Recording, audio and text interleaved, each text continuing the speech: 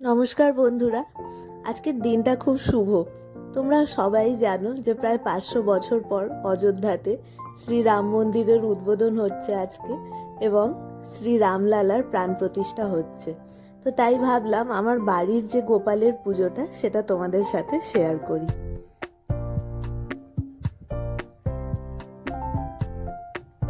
দেখো, এখানে আমি গোপালকে খুব সুন্দর করে সাজিয়ে নিয়েছি। আর তোমরা খেয়াল করে দেখো, গোপালের দুপাশে আমি দুটো ময়ূর দিয়েছি।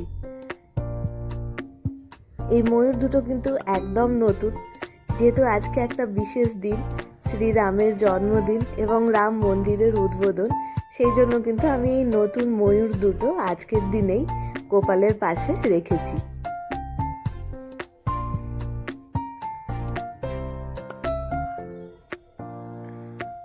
শনপাপড়ি প্রসাদ হিসেবে আমি আমার বাড়ির গোপালকে দিয়েছি।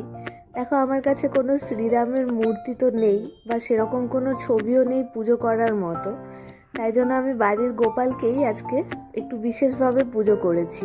কারণ আমরা জানি যে শ্রীকৃষ্ণ বলো বা শ্রীকৃষ্ণের যে বাল রূপ শ্রী গোপাল এবং শ্রীরাম, সবাই কিন্তু একই দেবতার একাধিক রূপ।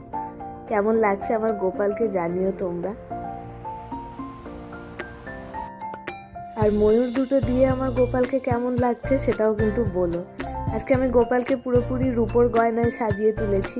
এই রূপোর গয়নার ব্লগও আমি একটা বানিয়েছি, তোমরা চাইলে আমার আগের ভিডিওগুলো চেক করতে পারো, পেয়ে যাবে ওর মধ্যে।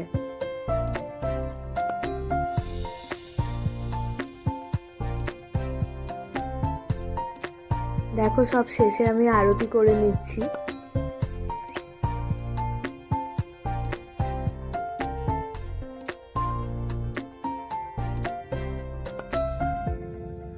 ময়ূরগুলোর আনবক্সিং ভিডিও এরপর তোমাদেরকে দিলাম।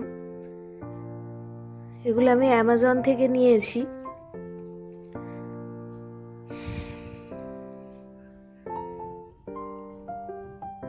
ওরা কিন্তু খুব সুন্দর করে প্যাক করে পাঠিয়েছিল, তোমরা দেখতেই পাচ্ছ। থার্মোকল দিয়ে একদম সুন্দর করে সেটিং করা ছিল।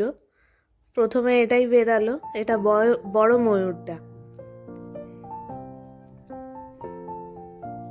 না সরি, আগে ছোট ময়ূরটা ছিল, এরপর এটা বড় ময়ূরটা। এরপর দেখো, আমি এক এক করে খুলে নিচ্ছি। সুন্দর করে প্লাস্টিকে মুড়ে পাঠিয়েছে। ময়ূরগুলোর সাইজে কিন্তু খুব একটা বড় যে তা নয়, কিন্তু আমার বাড়ির গোপালের সাথে খুব সুন্দর গিয়েছে। এই দেখো,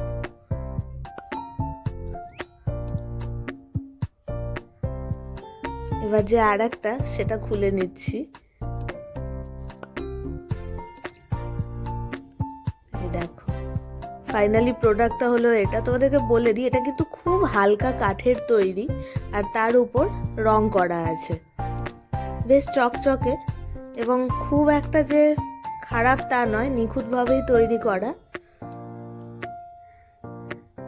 তোমরা অ্যামাজনে গিয়ে চেক করতে পারো। এই দেখো, এই ছবিটা আমি লাইটের মধ্যে দিয়ে রেখেছি। আর সব শেষে তোমাদেরকে শ্রী রামলালার ছবি আমি দর্শন করালাম। নমস্কার, ভালো থেকো।